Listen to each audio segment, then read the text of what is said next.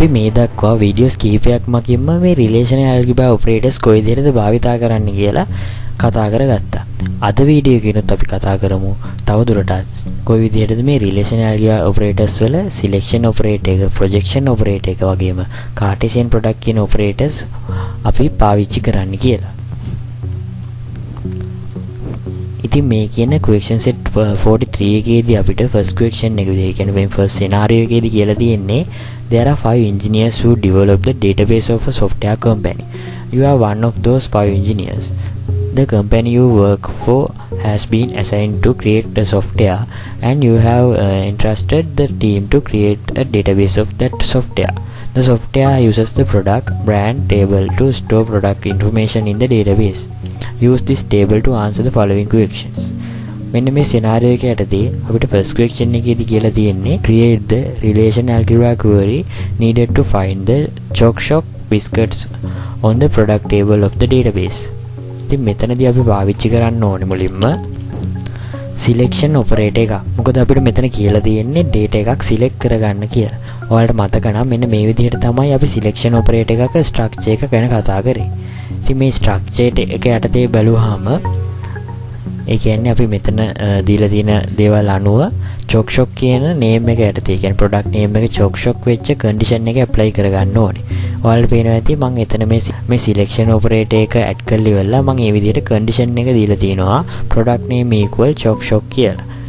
ඊට පස්සේ relation එක විදිහට අපි දෙන්න ඕනේ product කියන එක. මොකද අපිට මෙතන question එකේදී පැහැදිලිවම කියලා තියෙනවා product table එක පාවිච්චි කරන්න කියලා.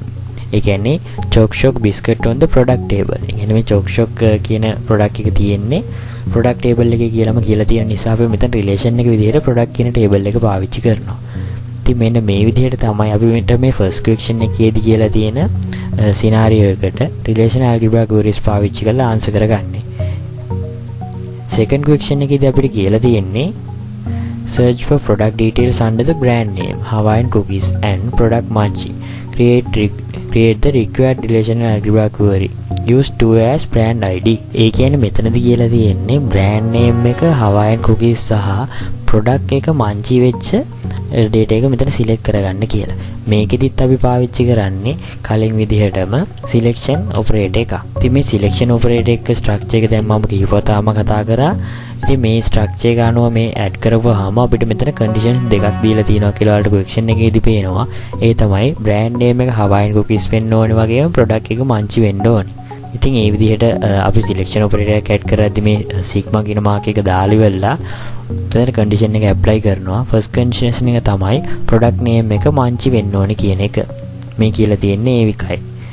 ඊට පස්සේ අපිට මෙතන brand name එක Hawaiian cookies වෙන්න ඕනේ කියලා තිබුණාට ආයෙමත් bracket ඇතුලේ දීලා තියෙනවා use 2 as brand ID කියලා. ඉතින් ඒක නිසා අපි conditions දෙකම apply කරද්දී and කියන keyword එක දාලා brand name equal 2 කියලා දීලා තියෙනවා. ඊට පස්සේ ආයෙමත් relation එක විදිහට product කියන table එක අපි select කරගෙන තියෙනවා. මොකද මෙතන කියලා තියෙනවා product කියන table එකෙන් data ටික select කරගන්න කියලා. අපි එමුනම් තුන්වෙනි question එකට යමු. තුන්වෙනි question එකේදී කියලා තියෙන්නේ පොඩ්ඩක් වෙනස් කතාවක්. ඒ තමයි SQL queries designed by other members of your team to suit their needs. Write the relational algebra query to the created query. ඒ කියන්නේ මෙතන අපේ කණ්ඩායමේ වෙනත් පිරිසක් SQL query එක design කරනවා. ඒ දීලා තියෙන SQL query එකට අනුව අපිට relational algebra query එක design කරන්න කියලායි තියෙන්නේ. ඉතින් මේ විදිහට relational algebra query එක design කරලා තියෙන first scenario එක තමයි select product name from product. ඉතින් මෙතන ඒ කියන්නේ මේ කියලා තියෙන්නේ product table එකෙන් product name එක select කරන්න කියලා. මෙතන අපි පාවිච්චි කරන්න ඕනේ projection operator එක. ඒකට හේතුව මොකක්ද කියනවා නම් මෙතන product name කියන්නේ මේ product table එකේ column එකක්. ඔයාලට මතක ඇති අපි කතා කරා projection operator එක ගැන කියද්දී අපි projection operator එක ගැන කතා කරේ ඒකේ structure එක මෙන්න මේ විදිහට. ඒ තමයි අපි 5 mark එක add කරලා ඉවරලා brackets ඇතුලේ මුලින්ම add කරන්නේ attribute එක. අපි attribute එකක් විදිහට අඳුරගත්තේ table එකක තියෙන column එකක්. ඒ අනුව ඉතින් මෙතන මේ SQL query එකේදී කියලා තියෙන්නේ attribute එකක්. ඒ කියන්නේ column name එකක අගේ select කරගන්න කියලා. අපිට ඒක දැකපු ගමන් තීරණය කරන්න වෙනවා මේකට පාවිච්චි කරන්න ඕනේ projection operator එකක් කියලා. ඒ විදිහට projection operator එකක් අපි පාවිච්චි කරද්දී මෙතන මේ විදිහට අපි ඇට්‍රිබියුට් එක, ඒ කියන්නේ column name එක මෙතන ඇඩ් කරලා තියෙනවා. ඊට පස්සේ රිලේෂන් එක විදිහට ඉතින් මෙතනදී කියලා තියෙනවා පැහැදිලිවම product table එකකින් මේක සිලෙක්ට් කරන්න කියලා. ඉතින් ඒක අනුව අපිට පැහැදිලි මේකේ රිලේෂන් එක වෙන්නේ product කියන එක කියලා. ඒ විදිහට මම third question එක යටතේ තියෙන first sub question එකටත් ආන්සර් කරගෙන තියෙනවා. අපි මේ question set එකේ තියෙන අන්තිම question එක වෙත යමු. ඒකෙදි අපිට කියලා තියෙන්නේ අර අපි මෙතනදී කියපු විදිහටම SQL query එක දීලා ඒකට ගැලපෙන relational algebra query එක build කරන්න කියලා. මෙතනදී අපිට කියලා තියෙන්නේ select product name from product where brand id to. ඉතින් මෙතන පොඩි වෙනසක් තියෙනවා. මොකද කිව්වොත් මෙතන අපිට කියලා තිබුණේ මේ attribute එක. ඒ කියන්නේ column name එකේ තියෙන value එක මේ අදාළ table එකෙන් select කරන්න කියලා විතරයි. එතකොට අපිට ඒක කෙලිම projection operator එක පාවිච්චි කරලා select කරගන්න පුළුවන් වුණාට මේ question එකේදී අපිට කියලා තියෙනවා product name එක product table එකෙන් select කරගන්නවා වගේම ඒ select කරගන්නේ වේ brand id එක to වෙන්න ඕනේ කියලා. condition එකක් තියෙනවා නම් අනිවාර්යයෙන්ම අපි add කරන්න ඕනේ selection operator එක. ඒ කියන්නේ ඔයාලට ආයෙමත් මතක් කරන්නම් මම අපි sigma mark එකත් එක්ක condition එක සහ relation එක මත පදනම් වෙලා තමයි selection operator එක ගැන කතා කළේ. ඉතින් ඒක නිසා අපිට මෙතන මේ කියලා තියෙනවා where කියන clause එක ඇතුලේ brand id එක true වෙන අවස්ථාවේ කියන්නේ condition එක apply කරලා තියෙන්නේ මෙතනට මෙන්න මේ question එකේදී. ඉතින් මේ විදිහ condition එකක් ගැන කතා කරනවා නම් අපිට අනිවාර්යයෙන්ම selection operator එක පාවිච්චි කරන්න වෙන නිසා සහ මෙතන අපිට attribute එක කියන්නේ column name එක ගැන කතා කරද්දී projection operator එක පාවිච්චි කරන්න වෙන නිසා අපිට මේ question එකට මේ operators දෙකම පාවිච්චි කරන්න වෙනවා. ඒකෙදි විශේෂත්වය වෙන්නේ අපි මේ operators දෙකම පාවිච්චි කරනවා නම් projection operator එක ඇතුලේ තමයි selection operator එක apply කරන්නේ. මේ විදිහට මම මේක කරගෙන තියෙනවා. ඉතින් ඒකෙදී අපිට question එකේ කියලා තිබුණා product name එක select කරගන්න කියලා. ඒ කියන්නේ මේ අනුව නම් කියන්නේ projection operator එකට අනුව නම් attribute එක.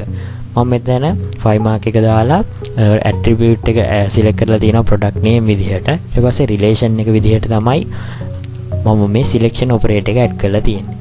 ඒකෙදී මම කියලා තියෙන්නේ selection operator එක start කරලා ඉවරලා condition එක විදිහට brand id equal to product table එකේ කියලා. මෙන්න මේ විදිහට තමයි අපිට projection සහ selection operators දෙකම එකවර පාවිච්චි කරන්න වුණොත් අපි භාවිතා කරන්න ඕන පිළිවෙල වෙන්නේ.